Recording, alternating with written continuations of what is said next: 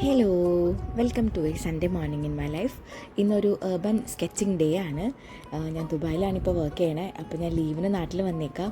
അപ്പോൾ 2 years back ഞാൻ സ്ഥിരമായിട്ട് സൺഡേ മോർണിംഗിൽ വരയ്ക്കാൻ പോകുന്ന ഒരാളായിരുന്നു.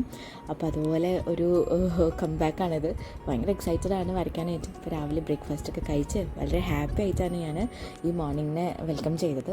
അപ്പോൾ ഇന്ന് കിട്ടിയ സ്പോട്ട് എന്ന് പറഞ്ഞാൽ ശ്രീ സീതാരാമസ്വാമി ടെമ്പിളാണ്. അപ്പോൾ ഭയങ്കര സന്തോഷമായി കുറേ കാലങ്ങൾക്ക് ശേഷം വീണ്ടും സ്കെച്ച് ചെയ്യാൻ വേണ്ടിയിട്ട് പറ്റിയതിൽ. അപ്പോൾ ഒരുപാട് ആൾക്കാർ ഇതുപോലെ സ്കെച്ച് ചെയ്യുന്നുണ്ട് കേട്ടോ. ഞാൻ ആർട്ടിസ്റ്റൊന്നുമല്ല, പക്ഷേ ഇഷ്ടമാണ് ഇങ്ങനെ വരയ്ക്കാനായിട്ട്.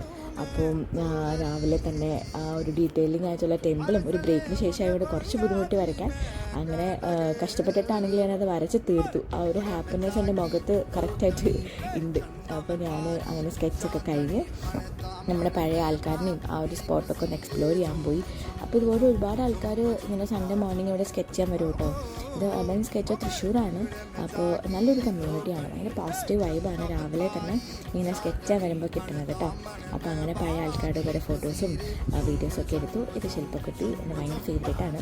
അതിന് ശേഷം ത്രോ ഡൗണും സീലിങ്ങും ഒക്കെ കഴിഞ്ഞതിന് ശേഷം ഞാൻ അവരുടെ കയ്യിൽ നിന്ന് ഒരു ബാഡ്ജും ഒരു ടീഷർട്ടൊക്കെ മേടിച്ച് അടുത്തുള്ള സ്പോട്ടൊക്കെ ടെൻ്റ് തിരിഞ്ഞ് പിന്നെ ഞങ്ങൾ ഫ്രണ്ട്സും ഒക്കെ കൂടി ചായ ഒക്കെ കുടിക്കാൻ പോയി ഹാപ്പി ആയിട്ട് സൺഡേ മോർണിംഗ് അങ്ങനെ എൻജോയ് ആയിട്ടോ.